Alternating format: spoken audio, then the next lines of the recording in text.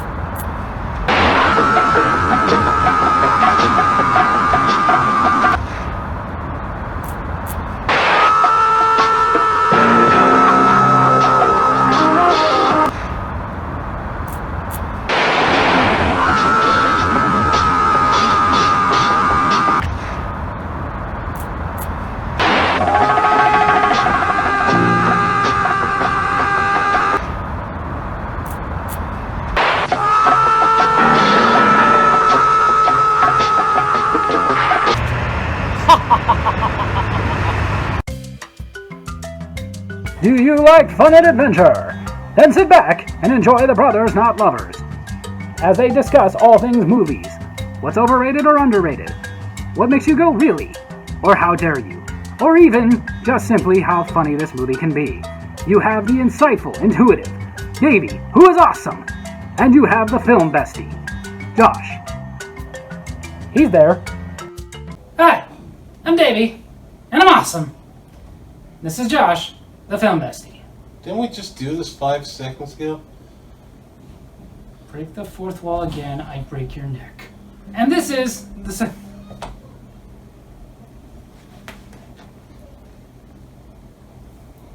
And this is Debunking Fan Theories, where we take fan theories that have gotten prominent somehow and we debunk them for the stupidity that is in them. And this is one I have been wanting to do for a long time. The popular fan theory that started with, let's face it, a not so good Jim Carrey movie called Bruce Almighty, where he was angry about some promotion he didn't get, asked an old lady why she didn't allow Jack on the Titanic, basically mocking her and Titanic. I do that all the time. Ever since then, that has become like a constant thing that you see all over the place. Oh, Rose should have just let Jack on the door and the both of them could have lived. Apparently you people know nothing about physics. Even I know the laws of the physics on this one. But yes, this is the theory that people have said, is that if Rose had allowed Jack to get on that door too, then Jack wouldn't have frozen to death and the both of them would have lived. That's not the case, people. And let's talk about why that's not the case. First of all, if you watched the movie, at first Jack tried to get on with her and it ended up tipping over. And he basically realized that the only way that she was going to get on is if he held it while she got on. Because this was not a raft, it was a door. It was not meant to be floated on. It just worked in a pinch. Yeah, if they had managed to get like 3 guys to come hold the door so he can get on, it still would have sank just enough to cover them in almost an inch of water, and Rose was barely alive as it was. That was going to be my second point. If he would have gone on, that would have meant another human body weight on the door, which meant more sinking, which meant more immersion into the cold, freezing water.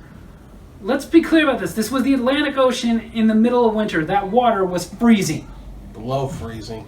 And like you said, other people holding the door, which was not likely considering that everybody else around was panicking, which is the worst thing you can do in a situation like that. A lot of people talk about in real life they didn't go back for the survivors until way later. The harsh truth is they couldn't, because if they would have went back for those survivors right away, those panicking survivors would have pulled the boat under and everybody would have died. So they kind of had to wait for things to calm down. So no one was there to hold it for Jack, and again, it would have sunk farther, which meant both of them would have been more immersed in water and freezing quicker. And like you said, she almost died. She couldn't even call out when people were looking for her. She had to go swim to a corpse and use their whistle to get their attention that she was there. How rude! So the issue wasn't how big was the door, how much room was there on it, it was could both of them get on it. Have you people ever been on a raft, like whitewater rafting, and somebody falls off? Do you know how hard it is to get them back on without tipping it over and everybody falling off? Yeah, that door would have plopped right up in the air, pretty high, Yeah. and crashed right down on them. Right, it did. When he tried to get on it, it tipped.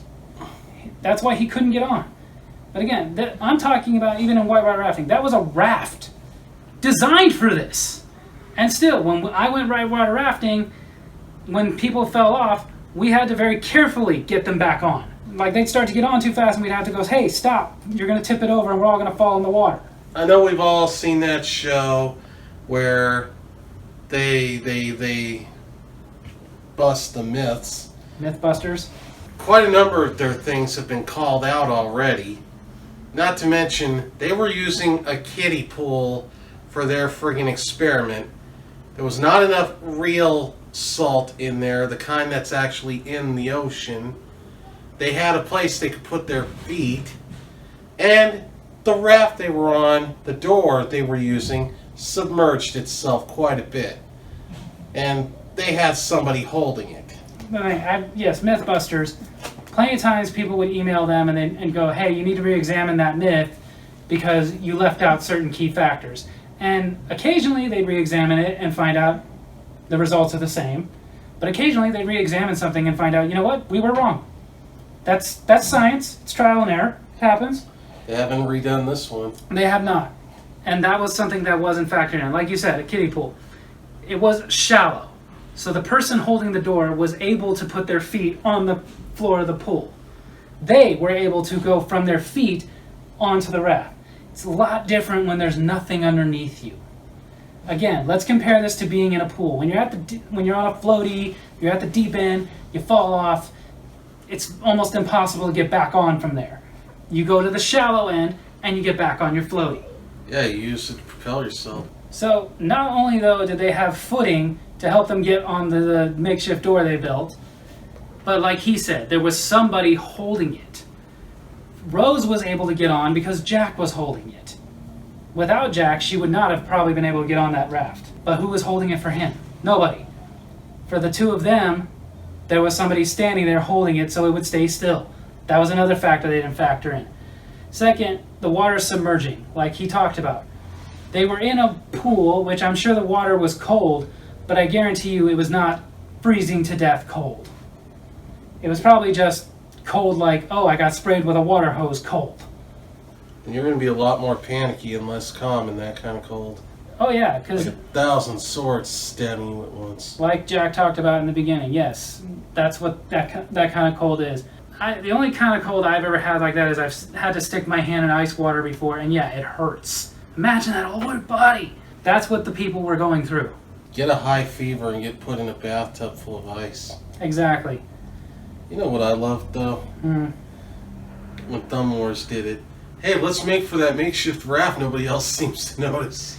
To explain that again, everybody was too panicked to notice. Because remember, there were people freaking out, almost drowning her without even noticing it.